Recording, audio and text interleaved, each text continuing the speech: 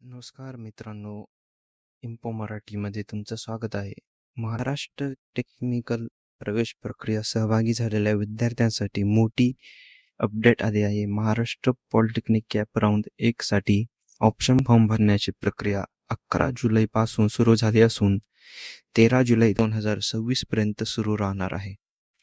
या कालावधीमध्ये विद्यार्थ्यांनी आपल्या पसंतीचे कॉलेज आणि ब्रँच काळजीपूर्वक निवडून ऑप्शन फॉर्म लॉक करणे आवश्यक आहे. त्यानंतर कॅप राऊंड 1 चे सीट अलॉटमेंट 15 जुलै 2026 रोजी होणार आहे. मेरिट, रिझर्वेशन, अवेलेबल सीट आणि तुम्ही भरलेल्या कॉलेजच्या प्राधान्यक्रमानुसार सीट मिळेल. जर तुम्हाला आवडते कॉलेज मिळाले तर दिलेल्या वेळेत प्रवेश प्रक्रिया पूर्ण करा आणि जर अपेक्षित कॉलेज मिळाले नाही तर कॅप राऊंड 2 मध्ये सहभागी होण्याची संधी उपलब्ध राहते.